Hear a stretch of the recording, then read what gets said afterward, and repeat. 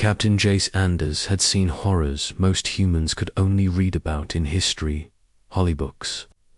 He had fought in the Outer Rim reclamation wars, survived skirmishes with the Vorath Collective, and witnessed planets reduced to nothing but dust and radiation. But nothing in his decades-long career had prepared him for what he saw that morning.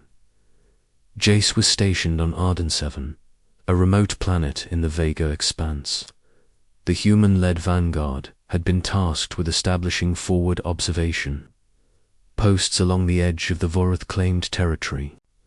His assignment had been straightforward: inspect a recently abandoned alien mining facility and ensure it was safe for colonists to move in. The facility itself was ancient, likely predating even the Vorath occupation. Its corridors were wide, with high ceilings and intricate alien glyphs etched into steel walls. Most of it had been scavenged, but Jace's team had detected faint energy readings from deep within the structure. Alone and cautious, Jace ventured further, his pulse rifle held tight and senses sharpened.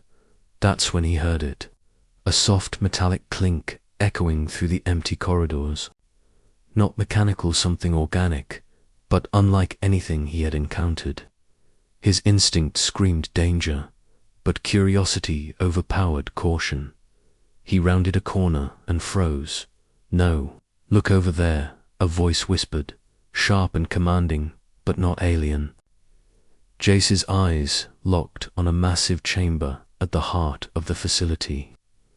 The walls were lined with tall, cylindrical pods, their surfaces pulsating faintly with an eerie, bioluminescent glow.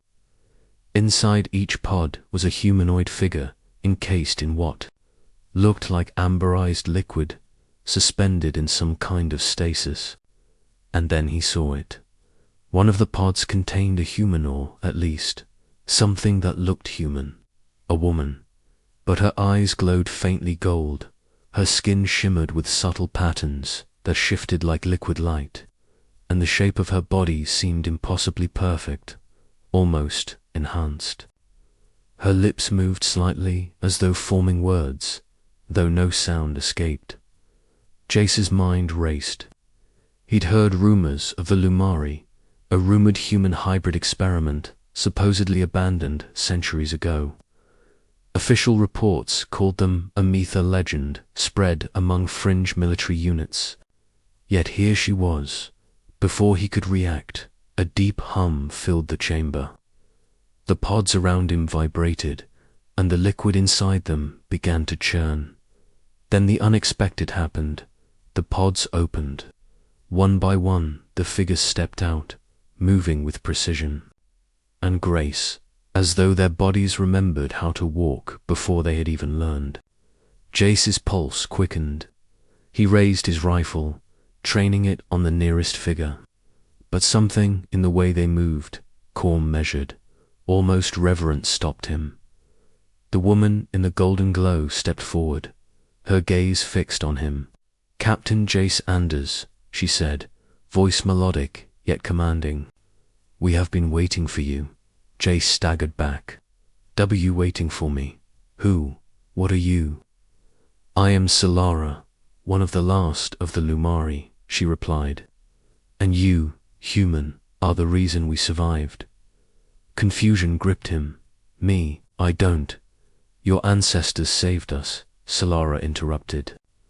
"Hundreds of years ago, humans raided this facility, stopping the Vorath from weaponizing us. You were part of that lineage, the brave, defiant ones who chose humanity over fear. Without your people's intervention, we would have been lost." Jace swallowed hard. He had spent decades believing the war had been lost, that the humans who fought on the front lines had only survived by the skin of their teeth. And yet here, on a forgotten world at the edge of charted space, the proof of human heroism stood before him alive, enhanced and thriving. I don't understand," Jace said. How have you survived this long?" Solara gestured toward the other pods, now open and empty. We evolved in secret. Your people's courage created a ripple effect that we followed. We've learned, adapted, and waited. And now, the Vorath have returned. A sudden jolt shook the facility. Red lights blinked violently across the walls. Jace instinctively raised his rifle. Outside, the faint sound of engines roared. The Vorath fleet had detected human presence. Solara's expression hardened. They never learned to fear you humans enough, but you are different. You have the courage, the unpredictability, the cunning that no synthetic or hybrid can replicate. You are the reason we endure. Jace's mind raced. So, what now? Solara's golden eyes burned with intensity. We fight, and we win. Over the next few hours, Jace worked alongside the Lumori. They revealed technologies far beyond human comprehension. Gravity-manipulating fields, nanite, armor capable of self-repair, and energy-based weapons that could neutralize entire Vorath ships in seconds. Yet, despite their advancements, Solara emphasized one thing repeatedly: the human element, the strategy, adaptability, and raw courage was irreplaceable. When the Vorath fleet finally arrived in orbit, Jace led the first strike, coordinating humans and Lumari in perfect synchronization. The battle was brutal. Vorath cruisers unleashed waves of plasma fire, and automated defenses rained down from their orbital stations. Yet time and again, human ingenuity and split-second decisions turned potential defeat into astonishing victory. One moment stood out. A Vorath dreadnought had broken through the initial human Lumari defenses, its weapons locking onto the main command hub. Jace, riding a Lumari assault frame, executed a daring maneuver no AI or algorithm could have predicted.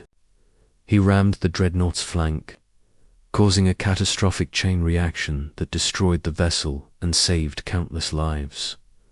When the smoke cleared, Jace stood amidst the aftermath, battered but unbroken. Solara approached him, placing a hand on his shoulder. "You see now," she said softly, "why humans are feared across the stars. It is not strength alone, nor technology alone. It is your heart, your courage, your refusal to yield. That is why you endure. That is why you inspire even the lost and hidden to rise again." Jace shook his head, still trying to process the enormity of it all. I was just doing my job." Solara smiled faintly, a mixture of warmth and pride. "No, Captain. You were doing what humans do best. You never gave up. You saw a challenge, stared it down, and acted. That is your gift. That is our gift to the universe." As the Vorath retreat signals echoed across the Vega expanse, Jace looked over the horizon. Planets once thought lost, species once written off. Now there was hope. And in that moment, he understood something profound. Humanity was not merely surviving. Humanity was the spark that ignited courage, that inspired resistance, that changed the fate of the galaxy. And he, a veteran who had believed his time was over, had been reminded why humans never truly fade. They rise, even from the shadows, and change everything. Jace Anders took a deep breath, the weight of his years and the thrill of the victory mingling together. He turned to Solara. "So, what happens next?" he asked. Solara's eyes gleamed. "Next, we remind the universe why humans are unstoppable." And as the twin suns of Arden 7 set, painting the sky with gold and crimson, the veteran smiled. For the first time in decades, he felt truly alive. Asterisk.